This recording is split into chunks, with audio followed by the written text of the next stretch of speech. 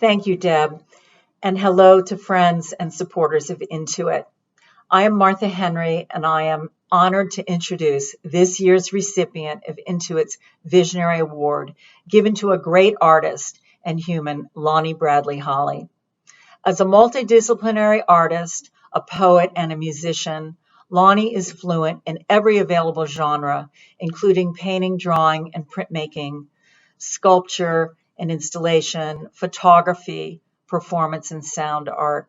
He communicates his ideas about technology and industrialization, Mother Nature and natural disasters, the strength of the bond of a mother with her child, and honoring his ancestors through transmitting the knowledge that is inherent in his art. Lonnie's approach to making art, like his music, is improvisational and playful. His finished work is distinguished by its elegant restraint and balance, its intellect, wit, and sophistication. His art has been compared to that of other groundbreaking 20th century artists like Joseph Beuys, Robert Rauschenberg, Sarah Z., David Hammonds, Sigmar Polke, and Ed and Nancy Keenholz, just to name a few. Lonnie's titles for his art and songs are pure poetry. Listening to him explain their meanings is to take an oratory voyage with the artist through the past, into the future, and back to the now. Lonnie was born the seventh son of his mother's 27 children in Birmingham, Alabama. There is an old Southern folk belief that the seventh son is blessed with mystical gifts and healing powers, which is borne out in Lonnie's art and music. He has suffered devastating losses during his life, giving his creative expression a profound depth. Exercising his due power, Lonnie connects to a higher energy source, out of which flows an immense, seemingly endless production of creativity. He's been called a magic man, and those artists and musicians who have had the good fortune to meet him say their lives have been changed. I know mine has. From his humble beginnings and against great odds, Lonnie Holley is a world-renowned artist and musician. His work is exhibited in galleries, art fairs, and museums, and he performs his music all over the world. His art is in the collections of many of the most important museums in the U.S., and two of his albums were included in the top 10 albums for the years 2013 and 2018. Lonnie, I wish we could all be together in person to celebrate your extraordinary life and achievements. Congratulations, and thank you so much for keeping a record of it. Thumbs up for Mother Universe. Now, please welcome Lonnie Holley and Matt Arnett. Thank you.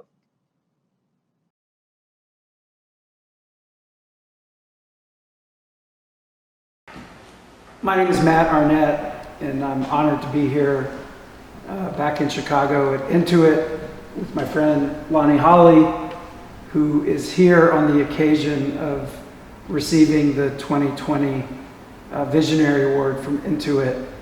And Lonnie has been a visionary for far longer than there were galleries and museums to honor such people, and I think his mission and his message has been incredibly consistent for the 35 years that I've been honored to be around him and to know him.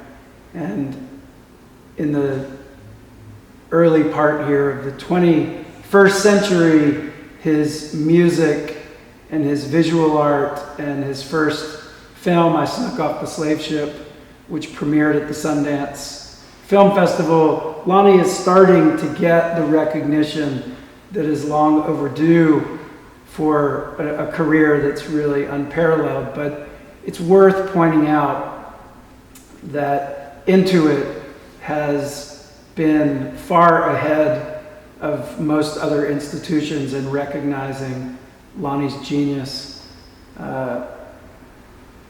Lonnie? Yes, I'm on math myself.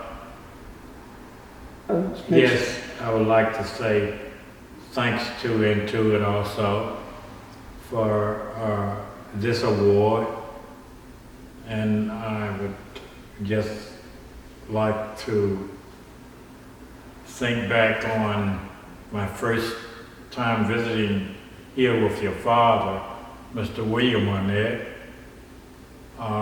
back in the early 90s. And since then until now, this has always been a special place in Chicago, Illinois for me, because of the human traffic, as one would say, what it is that we can learn from the materials that humans use. And I can appreciate the award. You were here, you did a residency here. You were an artist in resident for a few weeks. Yes, I did, and that allowed me to really learn and grow to appreciate the streets, the sound, the traffic, the transportation for humans here, the amount of steel that had been used by the city to build such a city. And also it allowed me to do some research on materials up and down the alleys, the ditches, and the creeks, and think hard about their flotation and how the water could carry them to another plane of the lane. So it was a lot of study during the period that I was here.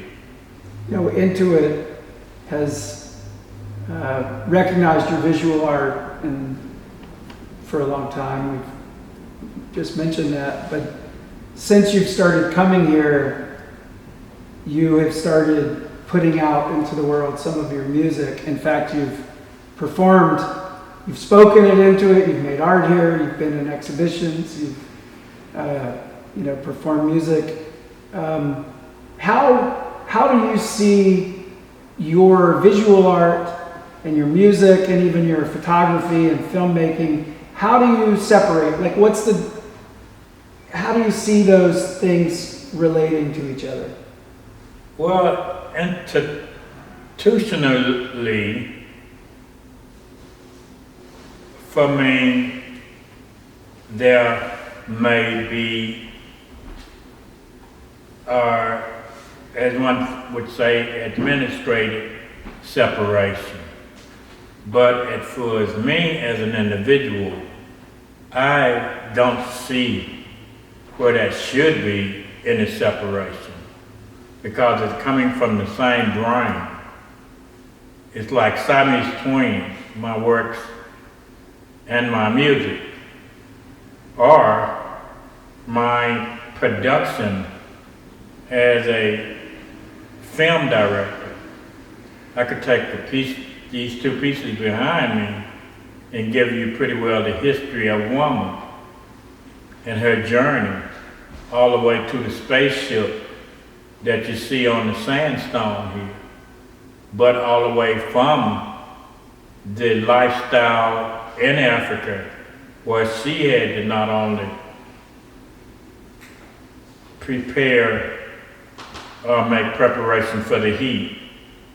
On the quilt that you see, it's quitting the quilts and from the little bit of pieces of gathering the material to keep them warm that way, all the way to gathering the little pieces of material to start a fire to keep them warm. Or build a house or whatever Whatever it were that had to be done, the woman actually was a big influence for that.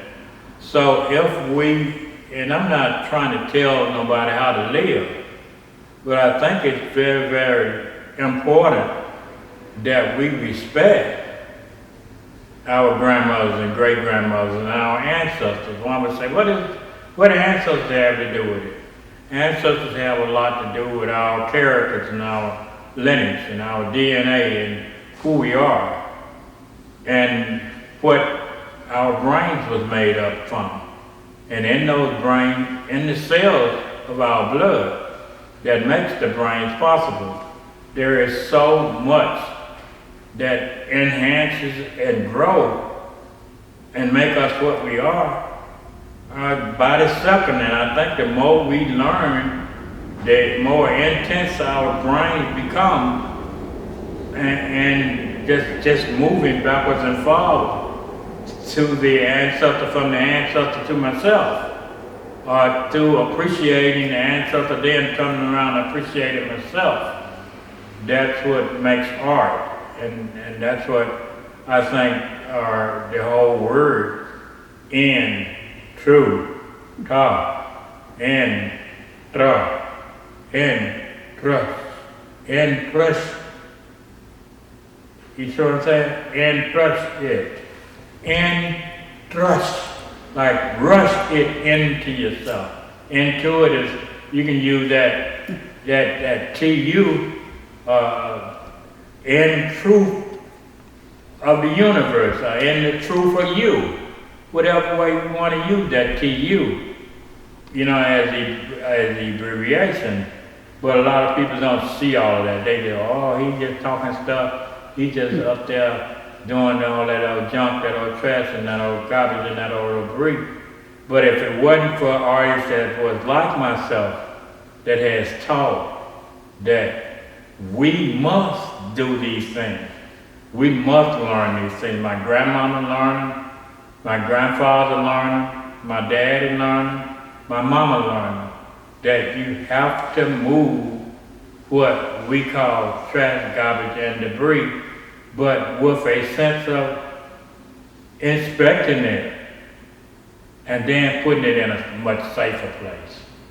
In your critically acclaimed album, Myth, that came out in 2018, you were talking about the songs reflect a lot about, you know, what you've experienced in your life, and, you know, at the time it felt very timely in 2018, but, you know, it starts with I'm a suspect in America, and I snuck off the slave ship, and I woke up in a effed up America, down in the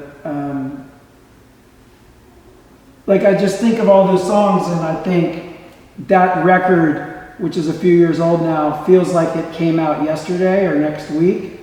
I remember you being interviewed, and somebody asked you about the song I Woke Up in an Effed Up America, and asking about you, and you I remember you saying to them, my mama woke up in an effed up America, my grandmother, my great-grandmother, my great-great-grandmother. How do you feel, not about your music or that particular song, but how do you feel like what, I always look to you for answers to things, because you always seem to have a better understanding and a longer vision. I always want to fight immediately and know that that's probably not. What do you see as a solution to what's happening in America right now? Like what? Right now, I'm almost like crying. I'm crying because if justice doesn't take off her mask, if we say that justice is blind, and by now, if justice doesn't have a seeing eye dog or a walking cane to make sure she's on the right path, and not accidentally go too far and fall off the curve or walk out in the middle, justice could get killed. Because justice is considered to be blind. But we don't want justice to be blind. We want justice to have a proper operation and give her eyes to see.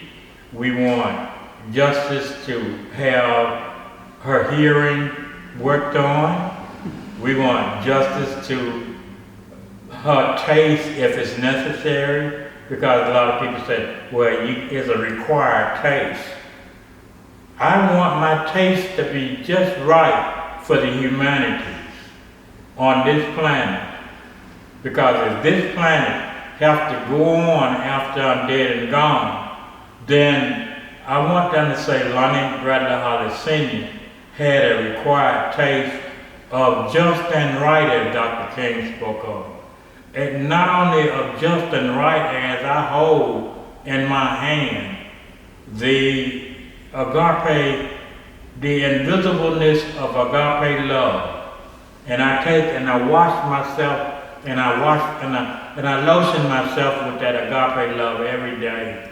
Then I want to teach the children to do the same thing, to just fall in love with themselves, fall in love with the brain that they have, learn that that brain is so important, that it's the greatest thing that your mother and your father, your grandmother, or whoever else that have anything to do with your DNA that gave you the opportunity to have life. Love that. Know that it's important to do things with your gestures. A lot of people say gestures is like a clown or like a person that's already trying to be funny. Not all the time. There is good gestures and there is good bad gestures. And like John Lewis, Congressman John Lewis, one of the greatest persons that I knew as a friend. And not only that, he had my work in his home, him and his wife before his wife passed. So meeting those kind of people and going to the White House and hanging out with the librarian now and knowing that your works are in different libraries and knowing that these institutions is open to people that comes into those institutions. Your father working so hard to do the 2 volumes of Soul Grown Deep out of the vernacular and books on the G's being cool, the Stark Dow and all Purvis Young and everything. And you following in his footsteps. Those kind of things what makes my music. I can't come out and do anything that would embarrass art. Because art is the truth.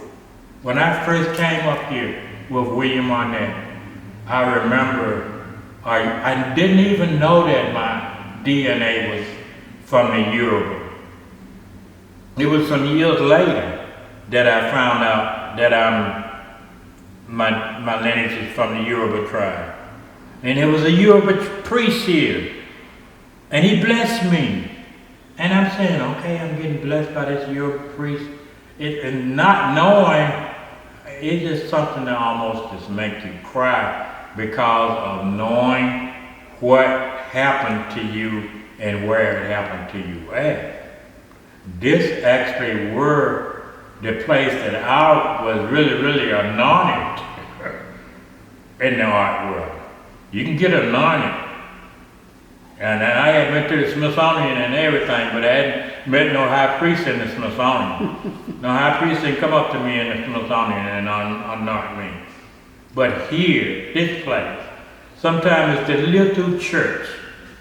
It's the little bitty church that's in the most country part of our community that we have to sometimes return to and say, I got baptized there. I got baptized here. Do you have hope? Hope is an everyday thing, but hope is a thing that you have to work like hell. Hope is almost just a word. Love is just a word. All of these things need work. They need everyday hard labor. And if we're not willing to do that, we shouldn't even not say, we shouldn't even tell nobody, I love you. And then really mean it by showing, not just with candy. I can give her candy all day long. I can give her flowers all day long. I can shower her with money and give her gold and give her a nice car and all these things. But something else would be missing, and that is the personality to go along with love. Love needs an identity of a personality. And that personality is that this is what can be worked out of love. Love is having a zillion seeds in your hand, but take only one and plant it as an exhibit or as an example of them other seeds can grow, just like this one seed I just planted out of my zillion seeds. I love that I asked you about hope, and you immediately went to love, and that gives me hope.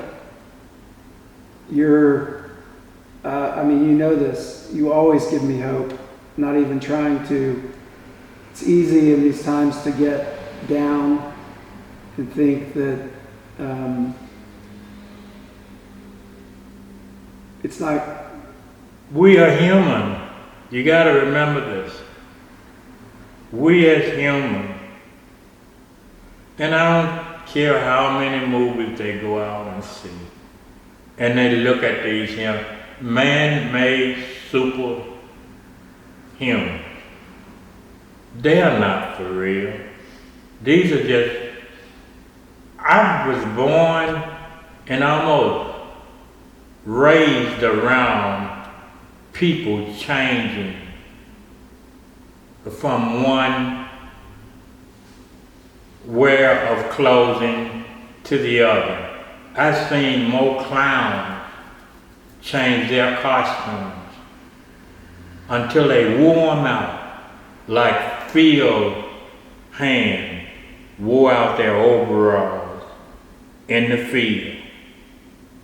I lived it at the state fairground from 1.5 until I turned 4.5. And I still grew up around that same state fairground from 4.5 until I turned 11 years old and was put in the Alabama Industrial School for Negro children. So I was took up out of the midst of the clowns. Sometimes we have to think about it.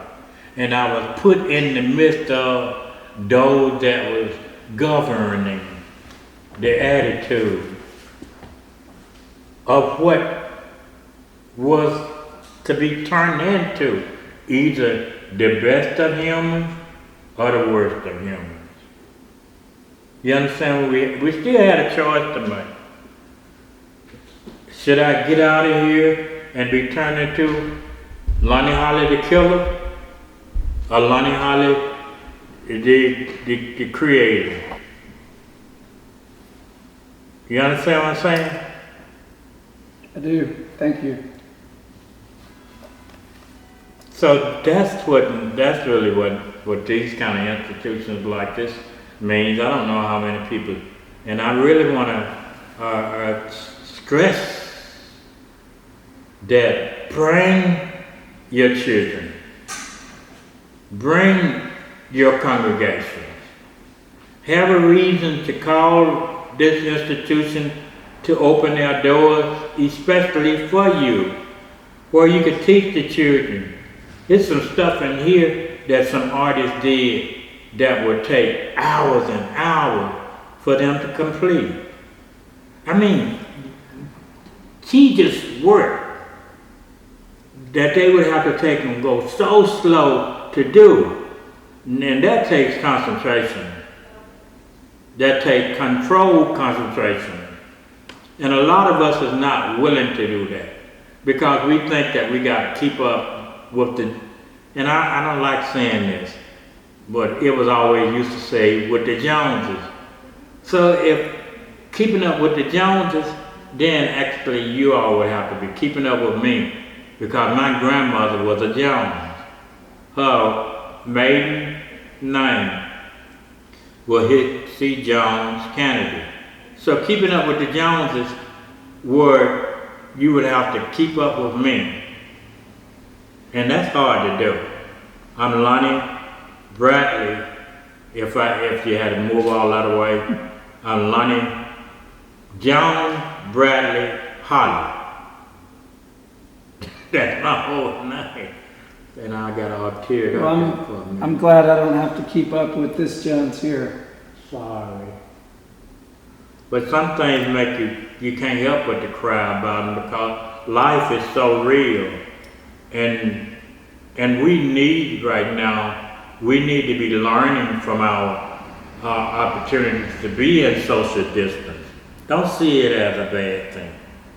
See us learning to keep sanitized by sanitizing our hands, washing our hands and face. A lot of us, we didn't learn that in school. Learn that some things happen where we could learn to better ourselves as the humanities that is growing to be a togetherness as one great living body of human. By the time we get to Mars, that's going to take a lot of effort of all of us working together. I remember back when I was born, World War II was about to start. And they had all the women was working so hard, getting all the military and all the other things. And then when we were put into Alabama school for Negro children, we had to do the shoes, we had to do these here pants that I'm wearing, they call them fatigues.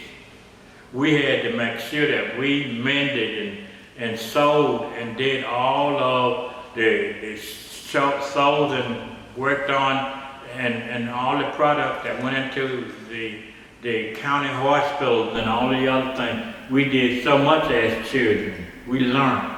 But think about other nations that their children were doing all of these things way before us. And now that we think that we are being forced to do something, we quick to holler or quick to saying, I ain't gonna do a damn thing. I ain't gonna sit up in my house and learn how to use a computer to be educated better. You need to get with it. Social distancing may cause for you to learn at home. So get with it. Digitally don't know nobody until you introduce yourself to the digital factors of life. And all I can say about that is thumbs up for Mother Universe. Because if we're gonna do any other further exploration out in Mother Universe, we need to learn about it and appreciate it. Or y'all may go out somewhere and fall off in a black hole. I'm sorry, I'm making it sound real cruel. You may do that for real. You may go somewhere and fall off in a black hole. Sorry. Go ahead and ask me another question. I think we're done. You think you're done? I think we're done. Give it to me. Thumbs up. Daddy. Elbows. Daddy. Give me the real thing. Oh yeah, that's the way it is. There it is. Well, we ain't did it in so long.